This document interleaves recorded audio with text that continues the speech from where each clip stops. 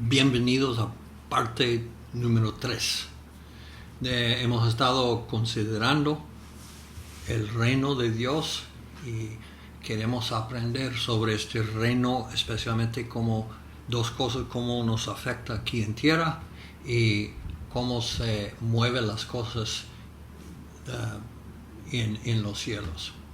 Y entonces hemos estado tocando el tema que el reino comienza oficialmente cuando el rey, el elegido, se siente en el trono. Se puede ver procesiones, unciones, celebraciones, protocolos y todo esto, pero hasta que el rey se siente en el trono, el reloj comienza cuando él se siente en el trono. Y sabemos muy bien que nuestro Rey Jesús ya se sentó y el reino ya está. Falta extender su poder y su influencia por toda la tierra todavía, pero en ninguna forma menos está sentado nuestro Rey. Él está sentado. Y miramos la semana pasada en el ejemplo de Adonías, uno de los hijos de David, que trató de usurpar el trono de Salomón, lo que David había declarado en la palabra de Dios, que Salomón iba a ocupar el trono, y Adonías trató de tomar este lugar, y vimos como Dios, la palabra de Dios se cumple. En ninguna maquinación de ningún hombre puede suplantar este gran plan y palabra de Dios. Para confirmar, rematar esta idea que solo cuando la persona se siente, cuando el candidato se siente en el trono, comienza el reino. Hay una historia muy anotable que se tiene en todos los 4 evangelios. Y es el instante que Jesús está adelante del sistema religioso en su última hora. Y estos sacerdotes están haciendo todo lo posible para atramparle en sus palabras y tener justificación para matar y acabar con él. Desesperadamente quieren acabar con este hijo de carpintero que está arruinando sus vidas y está causando una erosión de su autoridad con las masas y su posesión. Siempre posesión, es un gran dictador. Entonces, en el momento que está de prueba delante en demanda delante de estos sacerdotes, estos oficiales, estos hombres poderosos, la cosa no va bien por ellos. El caso que están tratando de establecer, que es herejía, que el hombre es una falsa profeta, que merece la muerte y todo, no van muy bien. Tienen testigos que están dando testimonio para comprobar su herejía, pero están en conflicto, no van bien, y a menos que están hablando la misma cosa, solo en la boca de 2 o 3 testigos de acuerdo está establecido la verdad, y nadie está de acuerdo, están confundidos, y parece que les van a tocar, especialmente si lo envían a Pilato y no tienen la prueba, no tienen con qué, la van a soltar. Y para mí es muy interesante que Jesús mismo citó un versículo en este momento que él estaba dándoles el clave para poder cumplir su hecho maligno. Él es que supla el clave. Y cita un versículo de Daniel donde dice que van a ver el Hijo de Dios sentado en el trono a la diestra de Dios. lo va a ver viniendo en las nubes y sentarse a la diestra. Y todo el mundo reconocía que este era quizás el versículo más mesiánico que había en todo el Antiguo Testamento. Cuando habla de Mesías, la mente judía pensaba en este versículo, que este gran poder que iba a venir en los cielos y iba a acabar con toda oposición y establecer el reino de Dios, para ellos quería decir Israel, y acabar con los romanos. Y Jesús, ¿acaso se reclama que este es Él? Que van a ver a Él sentado a la diestra. Y los fariseos, con una alegría maligna, dicen, ya cayó, ya lo tenemos. ¿Qué más necesitamos? Ya cayó en la trampa, ya somos justificados en crucificarles, entregarlos a los romanos. Ya. Y fíjense que a menos que Jesús nos ayuda, ni lo podemos matar. Él tiene que ayudarnos en su homicidio. ¿Cuánto podemos hacer afuera de Él? Nada. Entonces, el hecho de hacer referencia al trono y sentar en el trono, para ellos este era el último, eso es todo lo que necesitaban. Porque cuando se siente en el trono, el reino comienza. Y si él está reclamando que el trono pertenece a él, es obvio que es un profeta falso. Entonces, vamos a pasar de ahí y decir que tan pronto que se siente en el trono, este gran candidato, este realidad, se siente en el trono, hay unas cosas que hay que suceder de una vez. Primero es las noticias que él está sentado en el trono, se tiene que regarse a todo lo que está debajo su mano, todo debajo su poder, todo el reino tiene que ser educado para reconocer que hay un rey nuevo.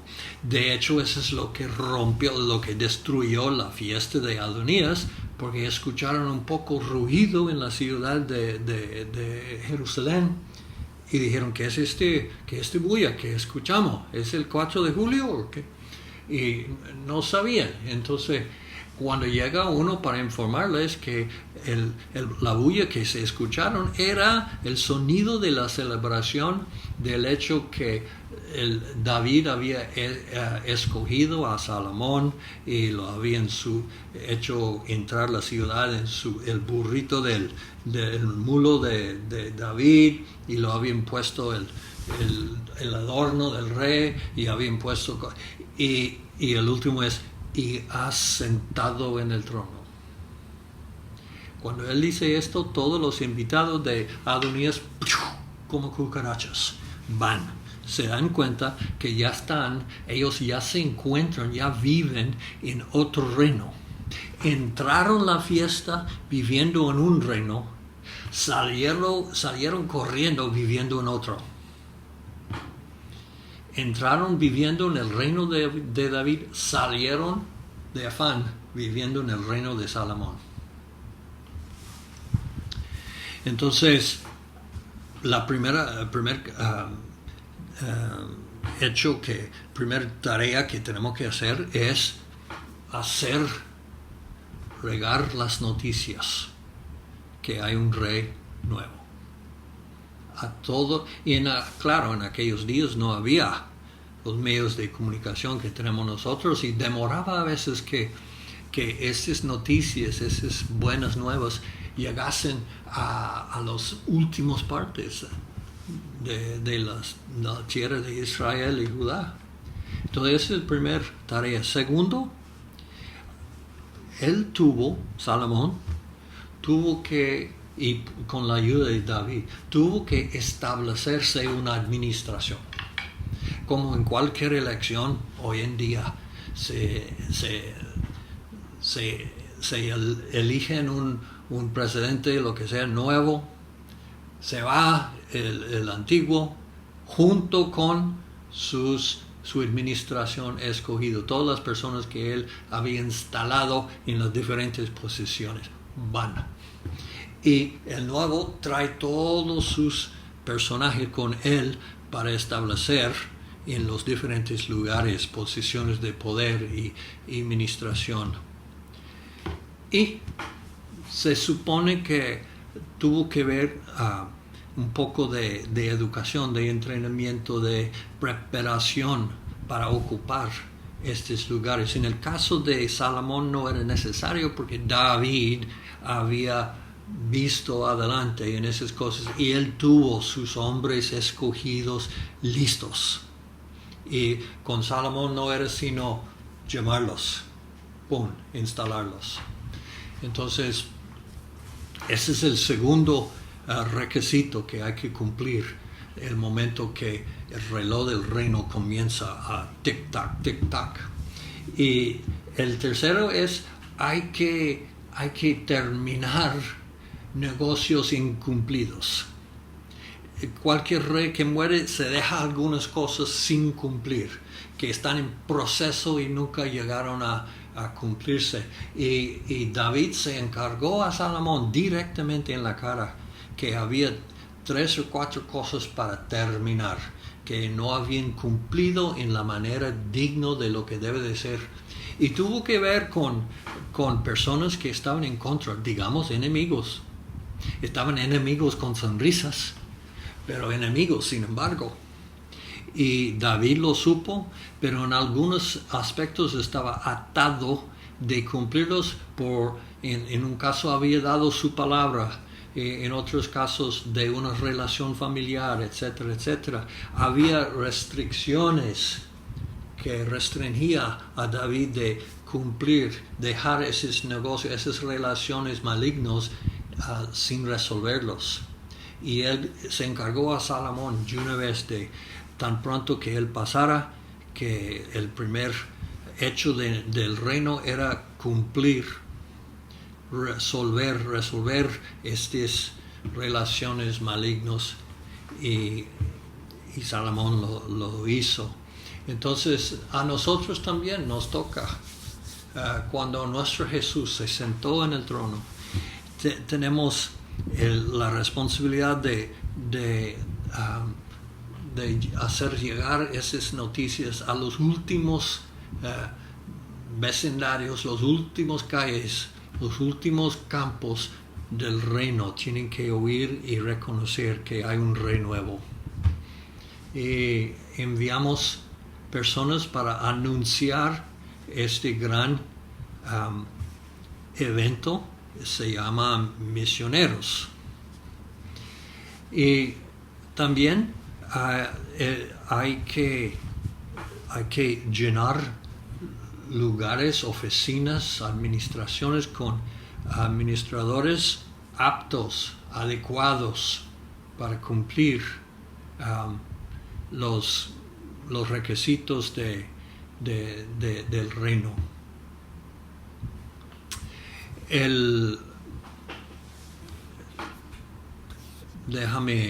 Tengo que hacer algo un momento aquí, perdón, para asegurar que podemos seguir en esto sin interrupciones. Ok. Y nosotros nos falta mucho en esta área de tener administradores adecuados, preparados. La iglesia ha sufrido, el reino de Dios ha sufrido por trabajadores inadecuados, falta de preparación. Pero Jesús lo sabía y supo que este siempre era el caso, y Él está dispuesto a trabajar con lo que se encuentra en su mano. Y la tercera aspecto de terminar los negocios incumplidos, somos nosotros que tenemos el ministerio. En 2 de Corintios dice así: tenemos el ministerio de reconciliación. ¿Qué quiere decir reconciliación? Quiere decir invitando los que se oponen al reino de acercar y conformar sus vidas al estrado que hablamos la otra vez, a conformar sus vidas a esta condición de humildad delante del trono, donde pueden tener el beneficio de oír las palabras de la boca, directo de la boca del Rey. Es una gran posición para ocupar. Vale. Entonces, es nuestro deber de tratar a atraer los enemigos, los que están peleando contra la cruz, los que están oponiendo, muchas veces en ignorancia, oponiendo esta gran invitación al estrado. ¿Y cómo hacemos esto? ¿Por fuerza? Nunca.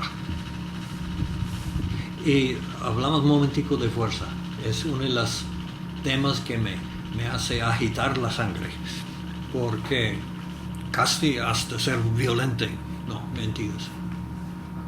Pero es algo que no hemos entendido en la iglesia y hemos usado maneras de fuerza que vienen directamente de los manuales del mundo. Y era más bruto y más obvio en siglos pasados, cuando tuvieron todas esas cruzadas de miles de soldados con espadas tratando de invitar gente al reino de Dios con la espada. Es ridículo. Hoy en día lo sabemos, pero mi punto es que la violencia no solo tiene que ver con un espadazo quitando cabeza. Hay otras formas de violencia muy subliminal que operan en nuestro medio, ¿no? Y básicamente podemos decir, violencia es cualquier instante cuando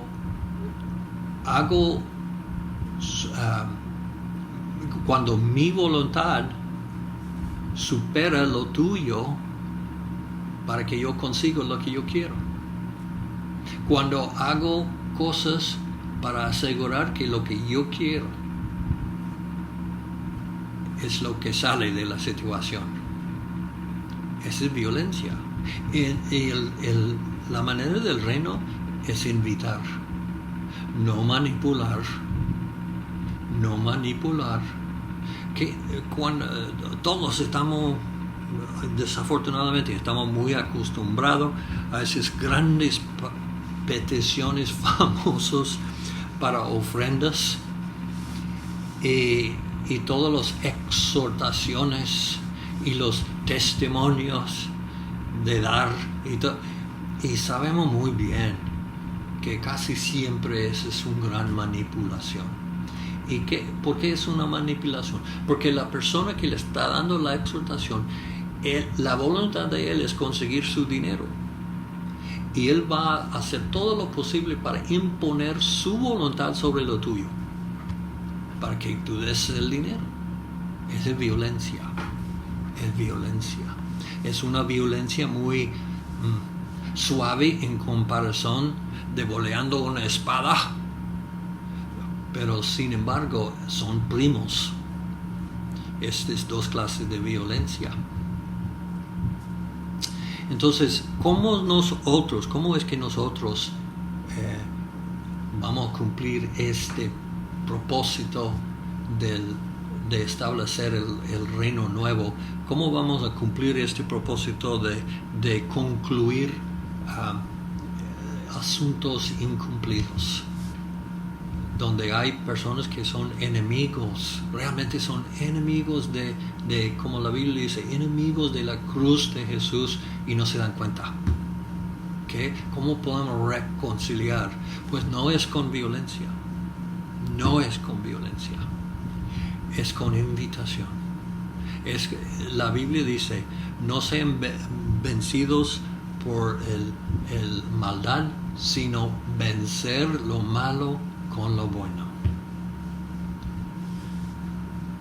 Yo pienso muchas veces, he mencionado antes, pero yo pienso muchas veces de las ciudades de refugio que se encuentran en el Antiguo Testamento, que eran encargados por los levitas, que eran lugares donde uno que había matado al otro por accidente, no a propósito, podría huirse y encontrar refugio contra la justicia, que en aquellos tiempos era los familiares del matado tuvieron el deber de ojo por ojo, de buscar lo que habían matado, aunque fue por accidente, y quitar el mismo de él su vida. Pero establecieron ciudad de refugio, y el asesino accidental podía huirse ahí y esconderse hasta cierto tiempo, hasta que podían revisar su caso y determinar si fue culpable o no. Entonces nosotros somos representantes de la gran ciudad de refugio de Jesús. Jesús es el refugio último. Él es el refugio, que sus puertas son suficientemente anchos que cualquier que tiene disposición puede entrar. Él es el refugio que hay lugar para cualquiera. Y aún por los culpables es un refugio todavía. Entonces, nosotros somos los mayordomos de esta ciudad, somos los representantes, los levitas, y el cargo que fue dado a ellos era mantener muy bien al día todos los caminos que llegaban hasta la ciudad, para que cualquier refugiado huyéndose no tuviese impedimentos en el camino que le iba a hacer ir demasiado lento, que el que encargado de la venganza le cogiera. Entonces, nuestra parte como levitas de esta gran ciudad de refugio de Jesús es hacer todo lo posible, mantener los caminos perfectos, limpiecitos, planos, no sube debajo, no torcidos, no, bien planitos, bien, para que el refugiado con lo más diligencia posible podía llegarse sin ser agarrado por el vengador. Y esto nosotros hacemos en nuestro mundo por asegurar que el camino a Jesús sea libre lo más posible de impedimentos. Muchas veces la gente de la ciudad botan su basura ahí en los caminos afuera de la ciudad. Todo el mundo lo ha visto. Tú vas en camino al campo y quizás aún en la ciudad las calles están limpias, pero tan pronto que se va llegando afuera de la ciudad, llegando al campo, se ve basura por todos lados. Y en el reino es igual. Muchas veces la ciudad de refugio son los caminos que llegan hasta la ciudad, tienen basura de los habitantes de la ciudad. Es decir, hay cosas en nuestras vidas que es basura, que impida a cualquiera que esté acercando la ciudad para salvar su vida. Están impedidos por nuestra basura, es decir, la manera que nosotros vivimos. Tienen razón de decir, no, yo no voy. Si los ciudadanos de esta ciudad son como no voy. Buscaré una montaña para esconderme, buscaré otro lugar. Pero ahí no, mire cómo viven. Entonces es nuestro deber de asegurar que los negocios incumplidos que tiene existen todavía en el reino de Dios, que el camino para reconciliar, el camino para arreglar estos estén bien mantenidos, para facilitar el viajero lo más posible. Ok.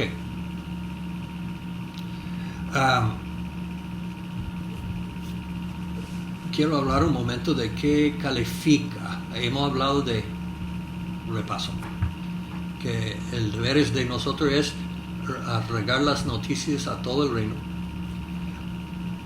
llenar las posiciones abiertas de administradores educados, aptos, preparados y cumplir con los negocios incumplidos desde el tiempo anterior. Entonces quiero enfocarme en número 2 ahí. ¿Qué califica un obrador para participar en este reino? ¿Qué calificaciones se necesitan? Voy a leer en Hebreos 10:14, uno de los versículos que hemos estado considerando, donde dice: porque por una ofrenda Él ha hecho perfecto para siempre a los que son santificados.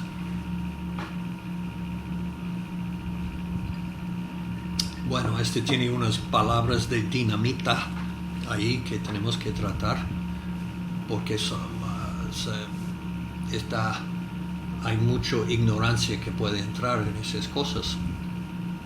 El sistema viejo, y por eso quiero decir el sistema levítico de tabernáculo, templo, ofrendas, sacerdotes, celebraciones, fiesta y todo este asunto, todo este sistema levítico se había acabado.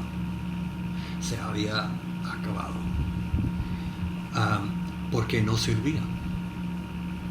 Es triste, hoy en día hay grandes porciones de cristianos que todavía están tentados,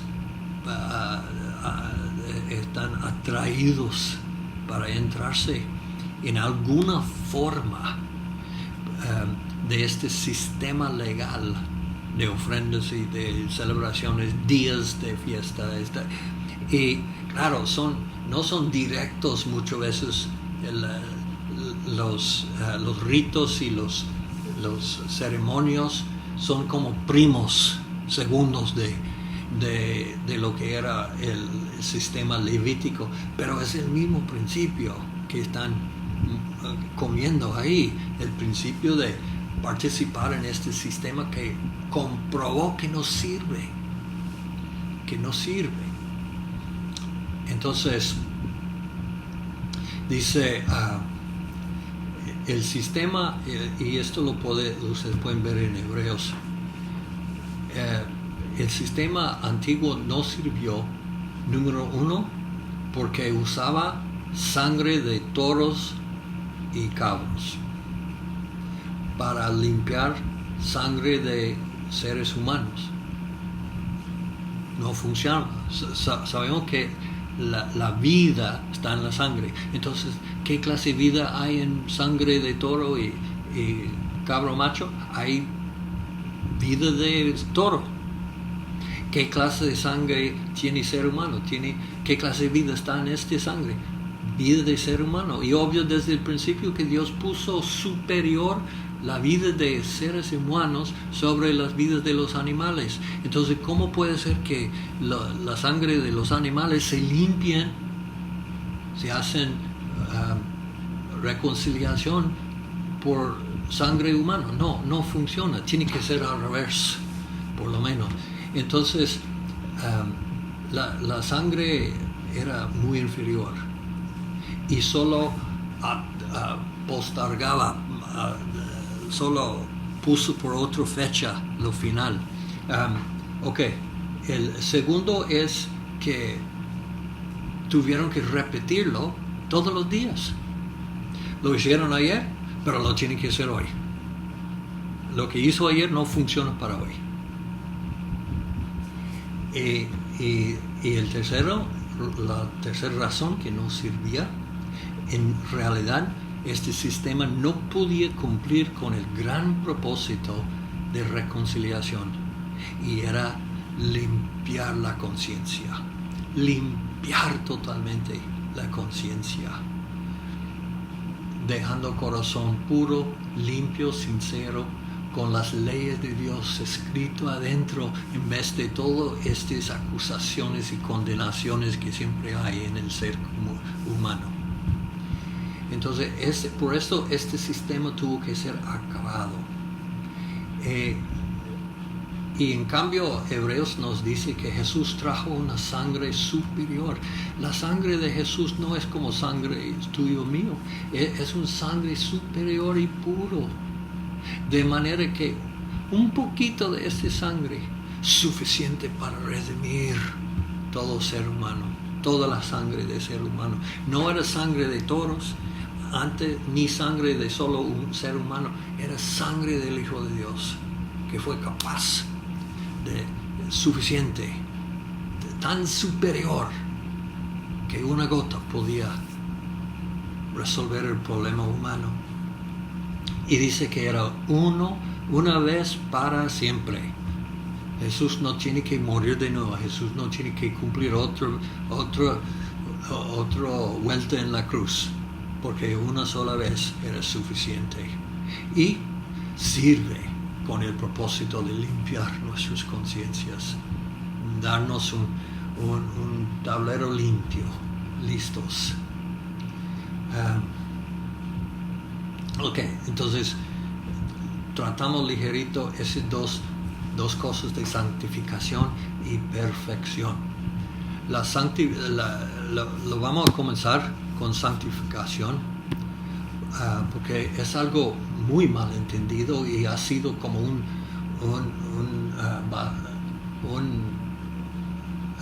martillo para golpear la gente de Dios, exhortándoles a la santidad, ¿no?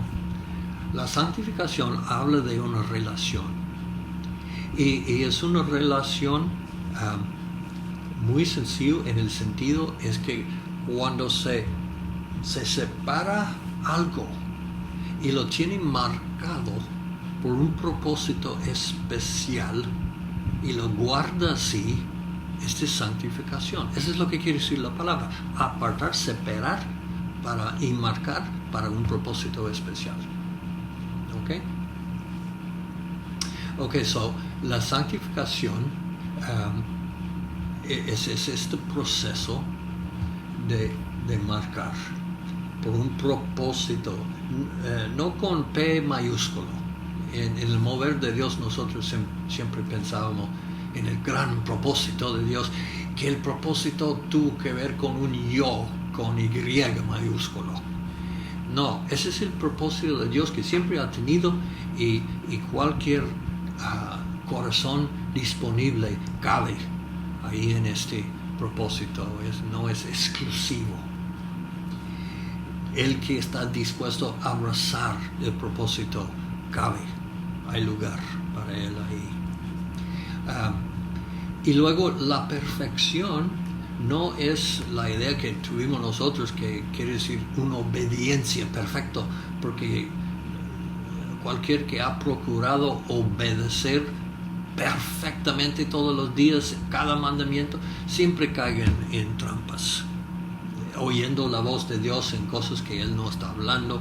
Dios, pongo la camisa blanca o camisa azul, ¿qué hago? No, todo ese cosa religioso que hay no tiene que ver tanto con la obediencia, importante, no me malentienden, pero no tiene que ver tanto con la perfección. La perfección quiere decir llegar a cumplir el propósito plenamente, cumplir propósito perfectamente, plenamente.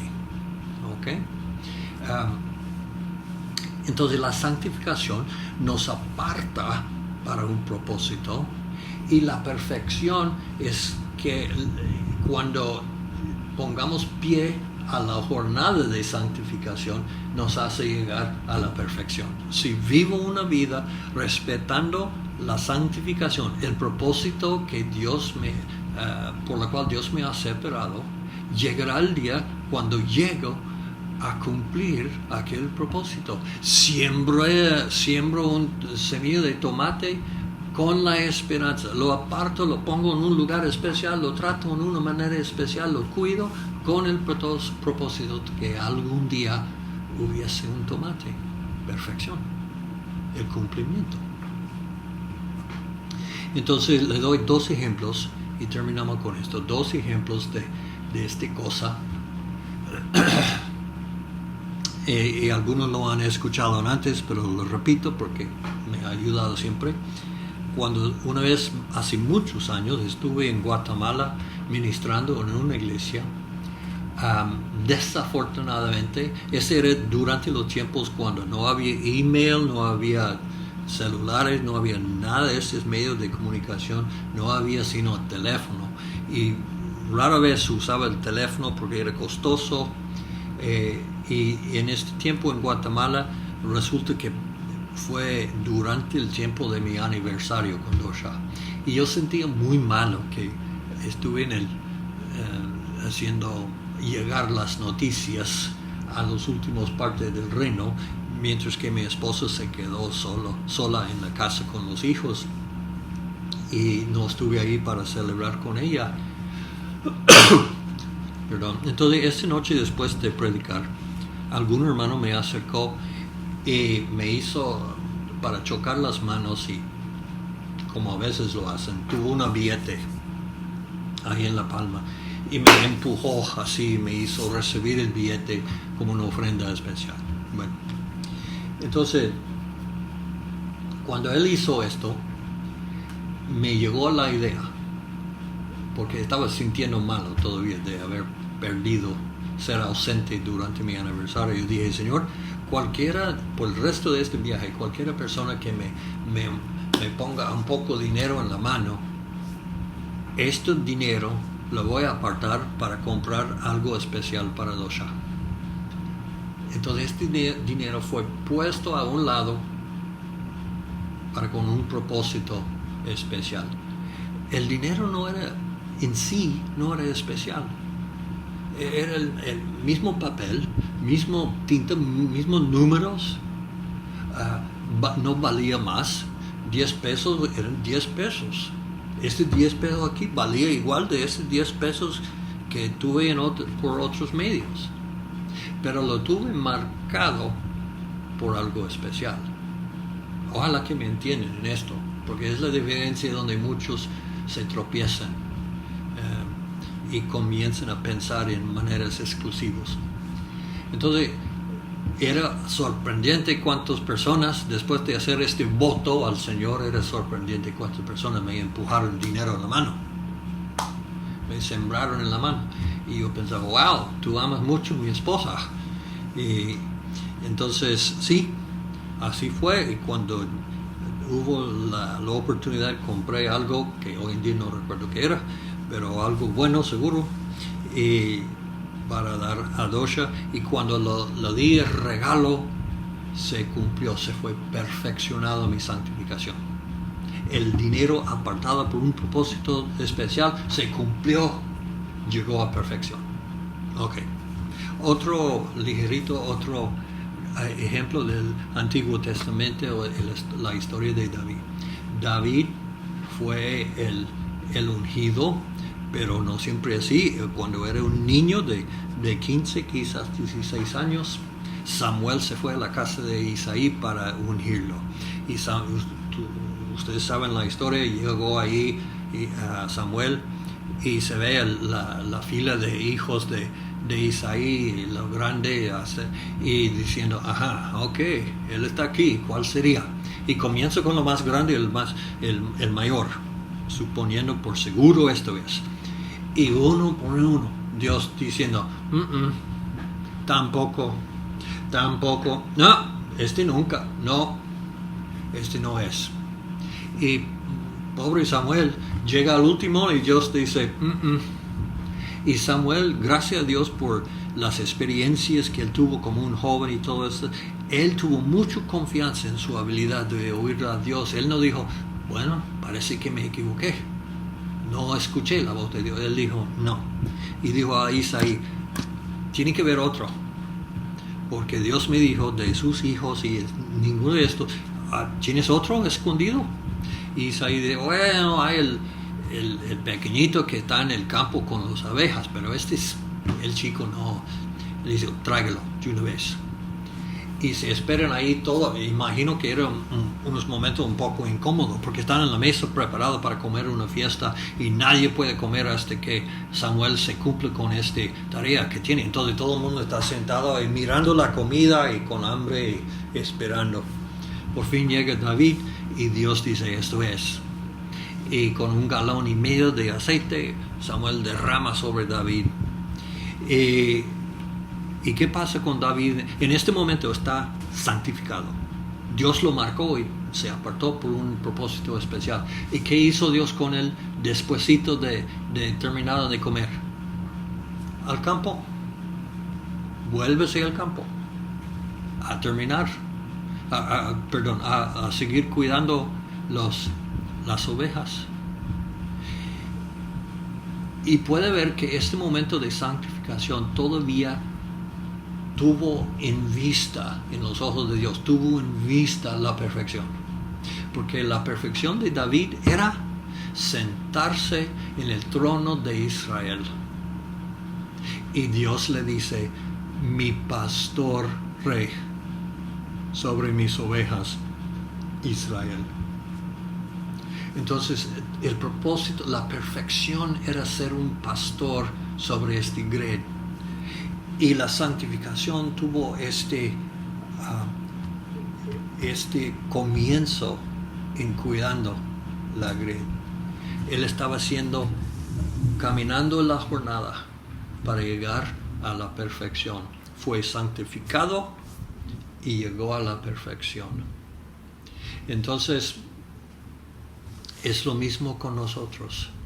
Es con cada uno descubrir los detalles de su santificación y dejar que los detalles de su santificación guíe su jornada, con el intento, jamás olvidando que con el intento llegar a la perfección, llegar al punto donde tú puedes cumplir con el propósito que su santificación indicó.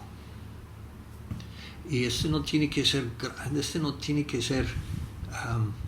grandes posesiones que la iglesia ha sembrado en nuestra conciencia de ser un gran líder. Puede ser que su santificación fue por ser una madre que iba a criar 4 o 5 hijos en los caminos de Dios, que iban a hacer otras cosas que sus hijos iban a hacer.